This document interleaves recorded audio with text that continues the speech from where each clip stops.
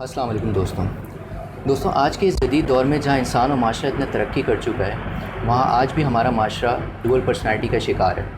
आज भी हमारे दिल में कुछ, ज़बान पे कुछ और एक्शन से तो कुछ और ही रिफ़्लेक्ट कर रहा होता है। लेकिन जैसे माशरे में अच्छाई और बुराई दोनों साथ चलते हैं, वैसे ही आज भी हमारे माशरे में ऐसे लोग मौजूद हैं जो ना सिर्फ सच्चाई के साथ काम करते हैं बल्कि दूसरों के लिए भी हक़ की आवाज़ उठाते हैं। आज के जो हमारी गेस्ट हैं वो किसी भी किस्म के तारुफ़ की मोहताज नहीं है और उनकी पर्सनैलिटी में मुझे यही बहुत जो बात है अच्छी लगती है कि उनकी पर्सनैलिटी में एक ट्रांसपेरेंसी है। उनके जो दिल में होता है वही ज़बान पे और वही उनके एक्शन से रिफ़्लेक्ट कर रहा होता है। एक ट्रांस वुमेन, एन एक्टिविस्ट, एक model, an actor and above all a great human being, कामी सेठ। हेलो मैम, कैसे हैं आप? अल्हम्दुलिल्लाह, आप कैसे हैं? मैं ठीक हूँ, बिल्कुल। Well, thank you so much कि आपने मुझे इस काबिल समझा कि मैं आपके सामने एज अ होस्ट बैठ सकूँ। I never say no to anyone. मैं हमेशा हर किसी को कहती हूँ, हर टाइम की थोड़ी सी वो होता है कि कभी टाइम होता नहीं होता है, पर मैं किसी को बोल देती हूँ कि हाँ कर लेंगे। वेल कामी, सवाल तो बहुत है मन में लेकिन टाइम की भी किल्लत है। तो मैं सबसे पहले तो आपकी चाइल्डहुड के बारे में जानना चाहूँगा कि अर्ली लाइफ कैसी थी, अपब्रिंगिंग कैसी हुई, क्या हर्डल्स आपने फेस किए? देखिए, हमेशा ना हर कोई अर्ली लाइफ के बारे में पूछता है कि बीइंग लाइक एक डिफरेंट होना और मुश्किलात थी, क्योंकि मैं बहुत मुख्तलिफ थी। आम वो जो छोटे बच्चे या बच्चियाँ होती हैं, लड़के लड़कियाँ जिन्हें हम कहते हैं सोसाइटी के अंदर, और जो हमने ख़ुद स्टीरियोटाइप बनाए हुए हैं, और मैं बहुत फेमिनिन सी थी और इसी फेमिनिटी की वजह से लोग मुझे बहुत तंग करते थे। और लोग अभी तक कहते हैं कि आप मुख्तलिफ हैं, पर मुझे नहीं लगता कि मैं मुख्तलिफ हूँ। ये तो लोग बताते हैं कि हम मुख्तलिफ हैं, पर ऐसा कुछ भी मुख्तलिफ नहीं है। और इस मुख्तलिफ होने की वजह से मतलब हमें तो सोसाइटी ने बताया ना कि हम मुख्तलिफ हैं और मैं मुख्तलिफ हूँ। तो मेरा एक्सपीरियंस तो ये रहा कि बहुत मुश्किलात थी, क्योंकि हमारे यहाँ पर जेंडर आइडेंटिटी और सेक्सुअल ओरिएंटेशन को लेकर कोई अवेयरनेस नहीं है, ना घर में है, ना सोसाइटी में, ना कोई इंस्टीट्यूट्स हैं, और स्कूल वगैरह में भी।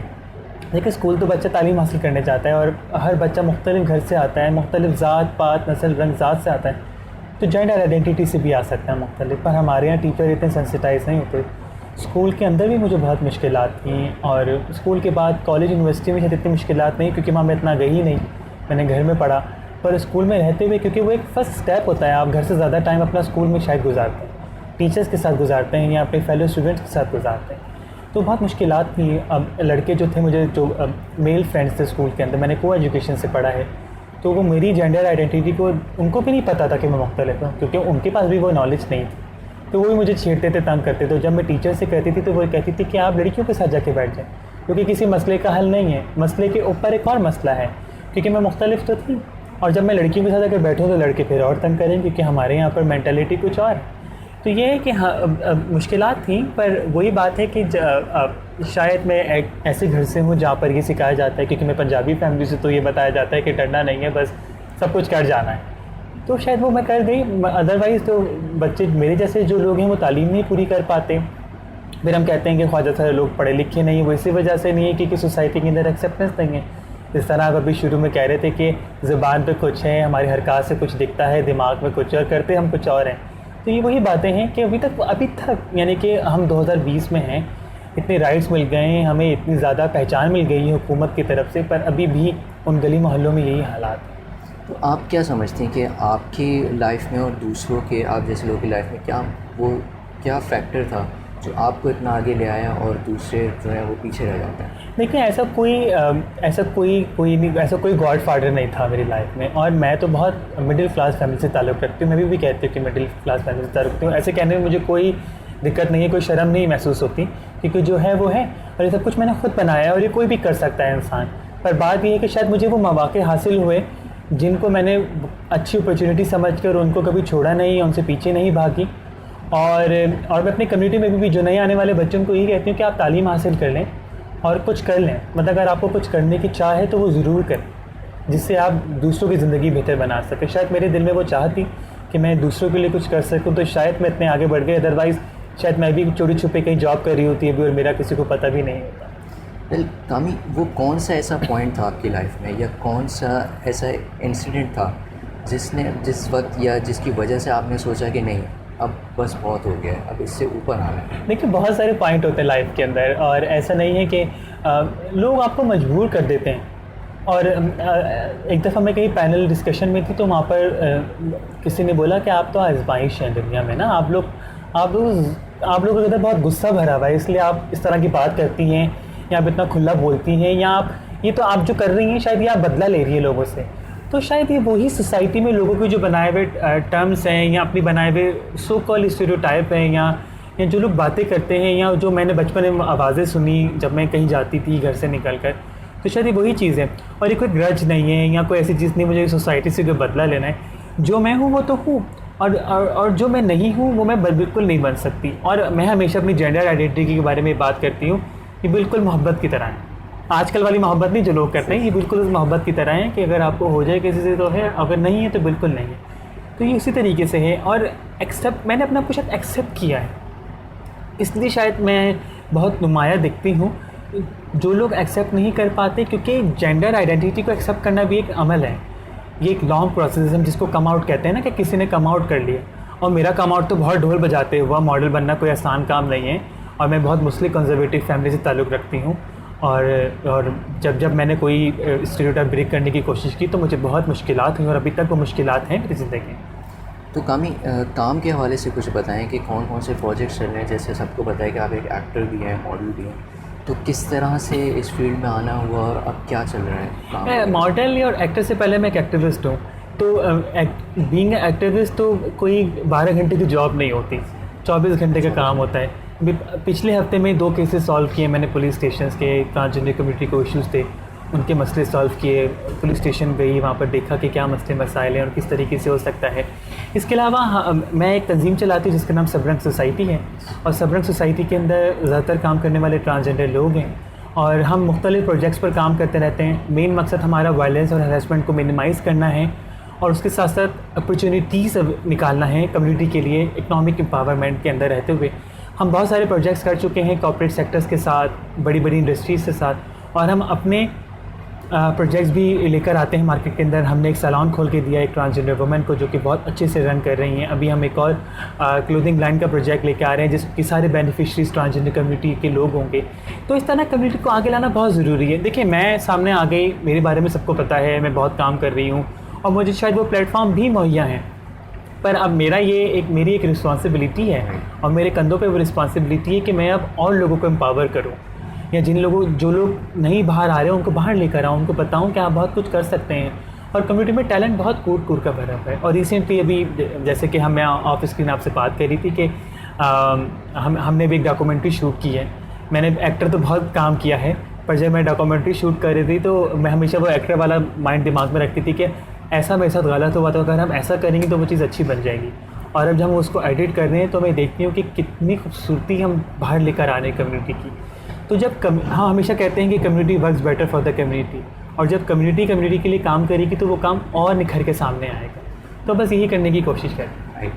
कामी, आपको लगता है कि अवेयरनेस की वजह से, जो कि अब ज़्यादा लोगों को सहूलतें मुहैया हैं, इंटरनेट है और सब चीज़ें हैं, तो अवेयरनेस ज़्यादा है पहले से, तो आपको लगता है अवेयरनेस की वजह से लोगों में एक्सेप्टेंस आई है कि वो सोसाइटी में जो है वो इस चीज़ को एक्सेप्ट करें, उनको भी आगे बढ़ने दें, उनको भी वही मौके फराहम करें, उनको एक सोसाइटी से अलग ना समझें? तो आपको लगता है कि अवेयरनेस से कोई फ़ायदा हुआ? देखिए, अवेयरनेस तो ना ये कोई 1-2 दिन का काम तो है नहीं, ठीक है।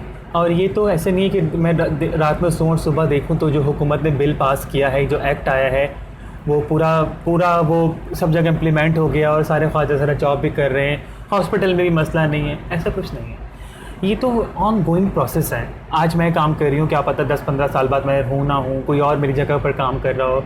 तो ये तो अवेयरनेस जितनी आती रहेगी, साथ साथ एक्सेप्टेंस भी आएगी, और साथ साथ अब देखिए जिस तरह मैंने वायलेंस हरेसमेंट की बात की ना, तो ये अवेयरनेस की वजह से ही वायलेंस भी बढ़ रहा है। क्यों?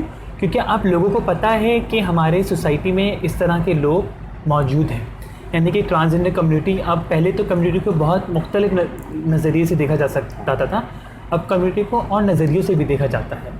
पहले गलत तरीके से देखा जाता था, अब भी देखते, पर अब जैसे मैं और मेरी तरह के बहुत सारे लोग हैं जो कि शायद उन खोलों से बाहर निकल कर आ गए। उन्होंने बता दिया कि ट्रांसजेंडर कम्युनिटी और भी बहुत तरीके से काम कर सकती है। और इसी के साथ साथ लोग बहुत एक थिन लाइन है टॉलरेंस और एक्सेप्टेंस के दरमियान। लोग अभी तक बर्दाश्त तो कर रहे हैं पर एक्सेप्ट नहीं कर रहे। हम हमेशा कहते हैं कि देखिए बर्दाश्त ना करें, कोई चोट वोट तो नहीं हो ना मैं कि मुझे बर्दाश्त करें और थोड़ा सा इत्मीनान करें, गोली खाएं तो ठीक हो जाए, कोई डिजीज़ तो है नहीं है, कोई मेंटल डिसऑर्डर तो है नहीं।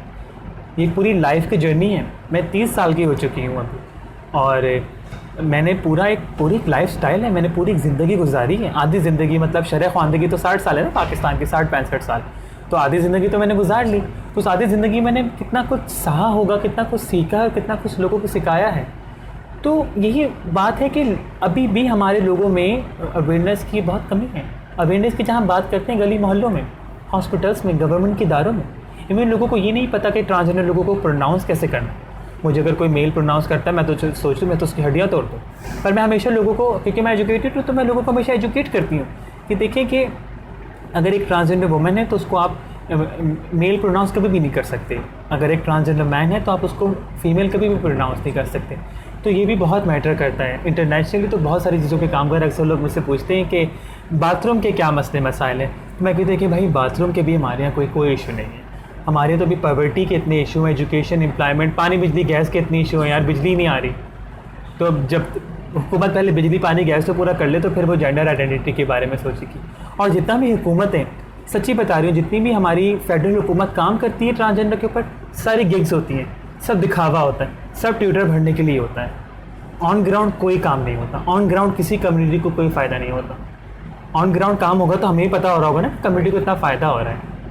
बिल पास कर दिया, बिल इम्प्लीमेंट नहीं हो पा रहा, कितने कम्युनिटी मेंबर्स को पता है? कम्युनिटी सिर्फ कराची और इस्लामाबाद में तो नहीं रहती ना, इंटीरियर सिंध है, साउथ पंजाब है, KPK के अंदर इलाके हैं, बलूचिस्तान में तो ट्रांसजेंडर लोग इतनी नुमाइंदगी ही सामने आ सकती, क्योंकि वहाँ पर तो अवेयरनेस ही नहीं है और वहाँ पर तो वायलेंस और हरासमेंट इतना ज़्यादा है। कमी इंसान बचपन से हम लोग समझते हैं कि जो बच्चा होता है वो 20-22 साल की उम्र में जाके शऊर उसको आता है और उसका सोसाइटी में जो चीज़ें चल रही होती हैं, एक्सपीरियंसेस होते हैं, तब उसको इम्पैक्ट आता है। लेकिन मेरा मानना ये है कि बचपन से ही जो भी उसके साथ चीज़ें गुजर रही होती हैं, जो सराउंडिंग्स में लोग होते हैं, उसका एक इम्पैक्ट होता है और वो बड़े होने तक जो है वो पुख्ता हो जाता है। तो आप पे जो वो सारी चीज़ें गुजरी और जो एक पर्सनालिटी में इम्पैक्ट आया, उसको आपने कैसे ओवरकम किया? देखिए बात यह है कि आजकल हम मेंटल हेल्थ के इश्यूज़ के बारे में बात कर रहे हैं, हम डिप्रेशन के बारे में बात करते हैं, हम और भी इलनेसेस के बारे में बात करते हैं। हम कभी भी अवेयरनेस नहीं देते लोगों को सही तरीके से। जैसे मैंने बताया 30 साल की उम्र तक कितने सारी जगहों पर मुझे हैरेस करने की कोशिश की होगी, बहुत सारी जगहों पर वायलेंस भी हुआ और बचपन में शायद कुछ लोगों ने मॉलेस्ट करने की भी कोशिश की। तो शायद मैं बहुत लकी हूँ कि मैंने शायद उन चीज़ों को ओवरकम करने के लिए हमने अपने आप को हमेशा मसरूफ़ रखा। फिर बहुत सारे लोग उस चीज़ का शिकार हो जाते हैं, बहुत सारे लोग अपनी बात नहीं कर पाते, उनमें हिचकिचाहट होती है। मैं तो खड़े खड़े किसी भी बंदे का मुंह तोड़ सकती हूँ आराम से ना, क्योंकि शायद वो मेरे अंदर इतनी एम्पावरमेंट है और शायद मेरे इर्द गिर्द ऐसे लोग मौजूद हैं जिन लोगों ने मुझे एम्पावर किया, जिन लोगों ने मुझे इस लायक बनाया। वो कामी को दी कामी बनाने वाले लोग बहुत सारे हैं। मैं ये नहीं कहती कि मैं कोई मेरे पर झाड़ू की छड़ी थी और मैंने यूँ घुमाई और मैं फ़लाना मॉडल बन गया, ऐसा कुछ नहीं होता और एकदम से तो कोई भी कुछ नहीं कर सकता। तो यही है कि पूरी जर्नी है, बचपन से लेकर और अब तक बहुत कुछ सहा है मैंने भी, और उसको ओवरकम करने के लिए शायद मैंने सोचा कि लोगों को अवेयरनेस देनी है। शायद मैंने सोचा कि अब चलो ठीक है, जो मेरे साथ हो गए ठीक है, पर अब जो आने वाली जनरेशन है उनको हमने संवारना है, उनको हमने सिखाना है कि आपने कैसे लेके चलना है चीज़ों को। क्योंकि एक लेगेसी होती है कि आप अगर मैंने काम करके अगर मैं छोड़ दूँ तो उस काम करने का कोई फ़ायदा नहीं है। उस काम को कोई आगे लेकर चलेगा तो उसका फ़ायदा है। हमारे पाकिस्तान में बहुत सारे ऐसे वेटरन ट्रांसजेंडर एक्टिविस्ट हैं, कराची में, पंजाब में, कि जो अच्छा काम कर रहे थे पर उनके पास शायद तालीम नहीं थी। तो हमारे पास तालीम भी है, उनके पास एक्सपीरियंस है, तो हम उनके साथ मिलकर काम करते हैं। तो उससे क्या फ़ायदा होता है? इससे पूरी ओवरऑल कम्युनिटी को फ़ायदा हो रहा होता है। वो बेहतर बता सकते हैं कि क्या इश्यूज़ आ रहे हैं। हाँ, और हम उनको बेहतर तरीके से चीज़ें लिख कर दे सकते हैं, चीज़ बता सकते हैं, या उनको अपने तरीके से गाइड कर सकते हैं। तो ये दो तरफा चीज़ें हैं। और मैं भी हमेशा कोशिश करती हूँ कि मैं जो भी काम करूँ मैं तमाम कम्युनिटी को लेकर चलूँ। और हम जो भी चीज़ें कर रहे होते हैं, हम मेंटल हेल्थ के अवेयरनेस सेशंस कर रहे हैं, कम्युनिटी को हम बाहर लाने की कोशिश कर रहे हैं, तो हम यही लोगों को सिखाते हैं कि आपका मुख्तलिफ होना कोई गलत बात नहीं। क्योंकि हमारे यहाँ पर फैमिलीज़ में ये होता है ना कि एक तो सबको लड़का चाहिए, आदमी ही चाहिए सबको, ठीक है, और लड़की तो किसी को चाहिए नहीं है। और फिर अगर कोई लड़का अगर मेरी जैसा अगर कोई हो और वो कहे कि मैं तो मुख्तलिफ हूँ और मैं अगर लड़कियों वाले हरकत और नस्तान रखती हूँ, तो वो तो कहेंगे कि भाई इसको तो कोई प्रॉब्लम है, तो वो प्रॉब्लम क्या है उनको ये भी नहीं पता हो, पर वो हमेशा गलत चीज़ों की तरफ राग़िब करेंगे। और हमारे यहाँ पर कोई प्रोफेशनल साइकाइट्रिस्ट तो है नहीं, बहुत कम कम्युनिटी फ्रेंडली काउंसलर या साइकोलॉजिस्ट हैं। पेरेंट्स अगर किसी बच्चे को ले जाते हैं किसी साइकोलॉजिस्ट या साइकाइट्रिस्ट के पास, तो वो बहुत बुरी तरीके से उन चीज़ों को ट्रीट करता है, डीलिंग बहुत बुरी है, डॉक्टर्स अच्छे नहीं हैं हमारे यहाँ पर। सिर्फ हमारे यहाँ पर बस वही वो बात है ना, अपने आप हम मदद कर रहे हैं, तो ये हमारे जो कम्युनिटी बेस्ड ऑर्गेनाइजेशन है ये भी अपनी मदद आप है, ज़्यादातर काम अपनी मदद से कर रहे हो। अच्छा कामी, जैसा आपने बताया कि आप मतलब आपकी ऑर्गेनाइजेशन भी है, तो कुछ जो इम्पोर्टेंट एस्पेक्ट्स हैं, जो इश्यूज़ हैं, वैसे तो काफ़ी होंगे, लेकिन कुछ मेजर इश्यूज़ आपको क्या लगता है कि क्या हैं और उनके लिए आप क्या काम कर रहे हैं? देखिए मेजर इश्यूज़ तो ना बात तो अभी तो अगर मैं बहुत पॉलिटिकली अपने व्यूज़ दूँ तो अभी तो हुकूमतों को यही नहीं पता कि सिंध फेडरल का हिस्सा है या सिंध सिर्फ सिंध का हिस्सा है, ठीक है, क्योंकि हम तो सिंध में बैठे हैं और फेडरल हुकूमत और हमारी हुकूमत की तो बिल्कुल नहीं बनती, तो हमारे जैसे लोग तो वैसे ही पिस रहे हैं चक्की में। फेडरल में अगर कोई हुक्म देता है कि ट्रांसजेंडर्स के लिए ऐसा होना है, तो वो सिंध में कभी भी लागू नहीं होता, क्योंकि हम बहुत दूर बैठे हैं। और हम चाह रहे हैं कि अभी रिसेंटली हम जो काम कर रहे हैं, हम सिंध हुकूमत के साथ मिलकर सिंध का प्रोविंशियल बिल लेकर आ रहे हैं 2020 ट्रांसजेंडर प्रोटेक्शन पॉलिसी एक्ट, जिसके लिए मैं कल एक मीटिंग पे जा रही हूँ। तो यही है कि हम अपने एक्ट पास कराएंगे, क्योंकि 18वीं तरमीम के बाद सिंध खुद मुख्तार सूबा है और सिंध अपने हुकूक खुद पास कर सकता है, और उन पर इम्प्लीमेंट करना हमारे लिए आसान होगा, क्योंकि हम बार बार फेडरल तो उठ के नहीं जा सकते। हाँ, सिंध के अंदर रहते हुए हम सिंध सेक्रेटेरिएट भी जा सकते हैं, हमें पता है कि कहाँ पर हुकूमत के दायरे बैठे हैं, कहाँ पर कमीशंस हैं, कहाँ से हमारी मदद हो सकती है, और बहुत सारे ऐसे हुकूमती इदारे हैं जो हमारी अभी भी मदद कर रहे हैं। पर बात यह है कि जो अहकामात आए हुए हैं सुप्रीम कोर्ट की, या जो प्रोटेक्शन पॉलिसी एक्ट फेडरल का पास हुआ है, उसके ऊपर कोई इम्प्लीमेंटेशन नहीं है।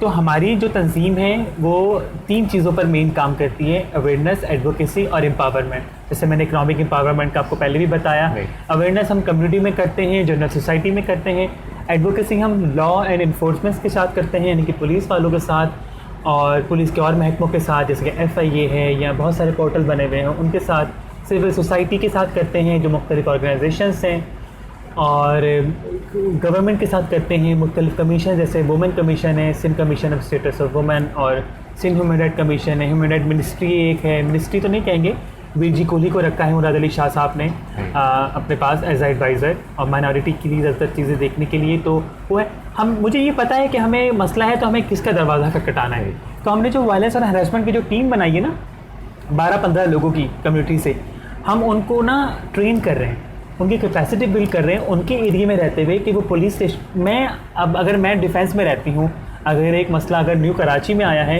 तो मुझे पहुँचने में कोई 1.5 घंटा लग जाएगा, और 1.5 घंटे के अंदर क्या कुछ हो सकता है ये भी हमें नहीं पता।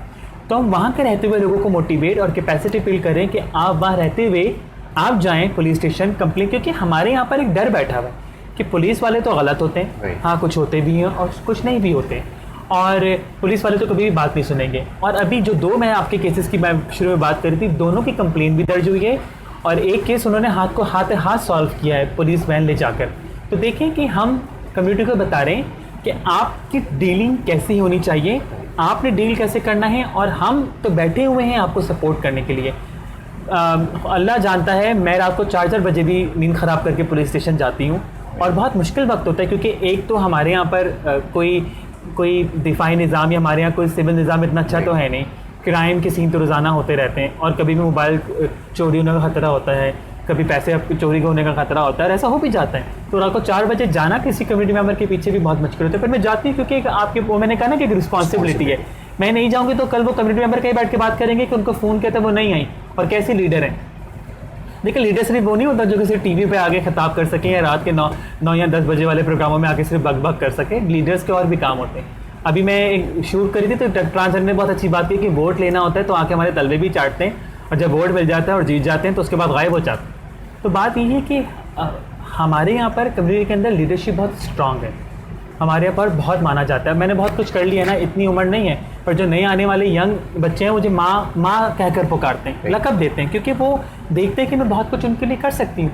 और ये मेरे लिए बहुत एक खुशाइन अमल है कि नई आने वाली जो नस्लें हैं वो मुझे बहुत रिस्पेक्टफुली मुझे बुलाती हैं। फील करती हैं। हाँ, और वो हर मसला मुझसे मेरे पास ले भी आते हैं, उनको पता है कि अगर मसला सॉल्व नहीं होता तो कोई ना कोई मशवरा तो दे देंगे कि इसको बेहतर तरीके से कैसे किया जा सकता। तो बात ये है कि बस हम आगे की तरफ बढ़ रहे हैं, पर हम हमेशा वो स्टेप लेते हैं जिसमें कम्युनिटी की बेहतरी है। वेलकम। सोसाइटी के लिए आप क्या मैसेज देना चाहेंगे कि सोसाइटी को किन चीज़ों पे लाइक काम करने की ज़रूरत है या क्या चेंज करने की ज़रूरत है जिससे और चीज़ें मज़ीद आप लोगों के लिए बेहतर हो सकें? देखिए, सोसाइटी को तो बहुत काम करने की ज़रूरत है। When it's come to society, तो हम सब सोसाइटी का पार्ट हैं। और सोसाइटी कब ठीक हो सकती है, जब हम समझ जाएं कि बुली करना या किसी को मॉक करना या किसी का मजाक उड़ाना कितना बुरा है, कितना बुरा अमल है। हम मज़हब की बात तो करते हैं, हम बड़े दीनी बनते हैं, हम हर मज़हब की बात करूँ, मैं सिर्फ एक दो मज़हब की बात नहीं करूँगी। हर मज़हब में इन तमाम चीज़ों को मना किया गया है। तो जब आप किसी का मजाक उड़ाते हैं, किसी को रद्द कर देते हैं या किसी को कुछ समझते ही नहीं है, तो हमें ये बात सोचनी है कि हम कितना बड़ा गुनाह कर रहे हैं। और हम ट्रांसजेंडर कम्युनिटी क्या चाहती है? सिर्फ रिस्पेक्ट, प्यार, मोहब्बत। जिन गली मोहल्लों में रह रहे हैं वहाँ पर उनको वो रिस्पेक्ट नहीं मिल रही क्योंकि लोग उनको एक्सेप्ट नहीं कर पा रहे। तो वो एक्सेप्टेंस जो है ना, वो दिल से करें, खुले दिल से करें, उनको अपनाएं, ताकि वो भी अपने आप को प्रोटेक्टिव फील करें, वो भी इस माशरे, अपने आप को इस माशरे का हिस्सा समझें। क्योंकि जब हम दीन की बात करते हैं, हम कुरान की बात करें, हम गीता की बात करते हैं, बाइबल की बात करते हैं, हर किताब के अंदर इंसानियत के बारे में बात की गई है, ना ही किसी जेंडर की और ना ही किसी सेक्सुअलिटी की, और ना ही ये कहा गया कि फ़लाना ये है तो कोई वो बड़ा है तो वो छोटा है। बहुत सारी चीज़ें बताई गई हैं, हम खुद पढ़ते नहीं हैं क्योंकि हम समझते हैं कि वो जो जुम्मे की नमाज़ पढ़ने जाते हैं और जो मौलवी साहब खुतबा देते हैं वही अच्छा है, बाकी चीज़ें तो बस ऐवे ही हैं। तो ऐसा नहीं है, खुद पढ़ें। आप चाहे जिस भी मज़हब से हो, जिस भी मज़हब से ताल्लुक़ रखते हो, खुद पढ़ें, खुद जानें कि मज़हब क्या कहता है। अपनी कम्युनिटी को आप क्या मैसेज देना चाहेंगी कि वो किस तरीके से जो है इन चीज़ों को ओवरकम कर सकती है? मैं अपनी कम्युनिटी को हमेशा ये कहती हूँ कि वो तालीम हासिल करें जितनी भी कर सकते हैं। अगर उनके पास कोई स्किल है तो कहीं काम करें। अगर काम करेंगे और काम करते हुए अगर वो जो पैसा कमा रहे हैं अगर उससे वो कुछ तालीम हासिल करेंगे तो आगे बढ़ने के मौके भी हासिल होंगे। और जब आगे बढ़ेंगे तो उनको माशरे के अंदर एक रिस्पेक्टेबल सिटीज़न के तरीके से माना जाएगा। और अब ऐसे लोग मौजूद हैं सोसाइटी के अंदर जो कि उनको हेल्प करना चाहते हैं, और हैं, ऐसा नहीं कि लोग नहीं करना चाहते। ऐसे लोग मौजूद हैं जहाँ पर सोसाइटी में अगर कुछ बुरे लोग हैं तो कुछ अच्छे लोग भी मौजूद हैं कि उस ट्रांसजेंडर कम्युनिटी को बेहतर जॉब अपॉर्चुनिटीज़ प्रोवाइड करें। तो हमेशा ये कहती हूँ कि ज़रूर आगे बढ़ें और दिखाएं कि ट्रांसजेंडर कम्युनिटी में कितना टैलेंट। वेलकम। एक छोटा सा रैपिड फायर राउंड। हाँ, हम ज़रूर करेंगे। कुछ क्वेश्चंस हैं। Your favourite place in Karachi? वैसे तो बहुत सारे प्लेसेस हैं, पर आजकल तो सब जगहों की बहुत बुरी हालत हुई हुई है। अब my favourite place in Karachi, मुझे ना शॉपिंग करने का बहुत शौक है। एंड तो कहाँ कोई favourite? I used to go everywhere, like I am not like कोई ब्रांड कॉन्शियस नहीं हूँ। मैं लाइट हाउस भी चले जाती हूँ। सही। और हाँ, मुँह ढक के जाती हूँ, वो एक अलग बात है। मैं कहीं भी चले जाती हूँ, बट आई लव शॉपिंग। और जितने भी शॉपिंग प्लेसेस हैं, मैं बुध बाज़ार जाना बहुत पसंद है, पर बुध बाज़ार नहीं लगा। मैं ऑफिस आती हूँ तो अक्सर ऑफिस एम्प्लॉयज़ के साथ कहती हूँ चलो आज बुध बाज़ार चलते हैं। कुछ ख़रीदना ना ख़रीदना हो, पर वो शॉपिंग करना तो बस शॉपिंग मतलब हाँ। फेवरेट, शॉपिंग की जगह favourite. Well, your favourite food? My favourite food वैसे तो दाल चावल है, पर हाँ मैं सब कुछ लेती हूँ, अल्लाह का शुक्र है। वैसे फूडी हैं आप? हाँ, मैं बहुत फूडी हूँ। Well, your favourite restaurant Karachi? वैसे तो बहुत सारे हैं, पर कोयल रेस्टोरेंट मेरा फेवरेट है। So what do you like to do in your free time? What I like to do in my free time, कोई अगर किसी का मुंह मिल जाए तो उसका मेकअप कर देती हूँ मैं वेल, मॉडलिंग और acting? None of them, activism. Okay. Your biggest inspiration of life? So many people, like मेरी अम्मी, मेरे मेंटोर्स जिन्होंने मुझे सपोर्ट किया। वेल, अगर किसी एक का नाम? अम्मी मेरी, क्योंकि मेरी बहुत यंग एज में मेरे फादर की डेथ हो गई थी और हम 8 बहन भाई हैं, और उन्होंने हम सबको पढ़ाया भी, शादियाँ भी की। 5 बहनें उनकी शादियाँ कराई, बच्चे भी पाल रही हैं उनके। फिर 2 भाई हैं, उनकी शादियाँ कराई, बिजनेस कराया। तो उससे बड़ी इंस्पिरेशन क्या होगी कि एक सिंगल मदर होते उन्होंने इतना कुछ किया। Right. Well, last but not the least, your biggest achievement in life? My biggest achievement in my life to be who I am today. It's a biggest achievement कि आज मैं जो भी हूँ, क्योंकि बहुत मुश्किल होता है सब कुछ चीज़ों को एक साथ लेकर चलना, क्योंकि बहुत सारे हर्डल्स हैं आपकी लाइफ के अंदर, और उन तमाम चीज़ों को दरगुजर करके और उन्होंने कुछ छाड़ के या निकलना बाहर, तो ये अचीवमेंट है कि आज जो मैं हूँ वो शायद मेरी सबसे बड़ी achievement. Well Kami, thank you so much welcome. कि आपने हमारे लिए टाइम निकाला, और एक as a token of appreciation ये हम आपको जो एक oh thank you so much, screen दे रहे हैं। Thank you so much for the appreciation. Well दोस्तों, ज़िंदगी में हर इंसान का हर चीज़ का देखने का एक अपना नज़रिया होता है, और मेरा मानना ये है कि जो भी इंसान की लाइफ में पीछे एक्सपीरियंसेस रहे होते हैं वो उन्हीं के हिसाब से अपने माइंड में उनके लिए एक परसेप्शन बना रहा होता है। जैसे कि आपने सुना कि एक्सेप्टेंस जो है बहुत ज़रूरी है, और मेरा मानना भी यही है कि अगर ज़िंदगी में आप अपनी एक्सेप्टेंस ले आएँ, एक चीज़ों को अपनी सोसाइटी में जिस तरह है उनको एक्सेप्ट करना शुरू कर दें, तो हम उनको एक बेहतर परसेप्शन से, उनके बेहतर नज़रिए से देख सकते हैं। तो उम्मीद करता हूँ आज की बातों से आपको सोचने का एक नया अंदाज़ मिलेगा। बहुत जल्द मिलेंगे एक नई वीडियो के साथ, एक नए गेस्ट के साथ। तब तक के लिए अपना बहुत सारा ख्याल रखें। Take care. अल्लाह हाफ़िज़।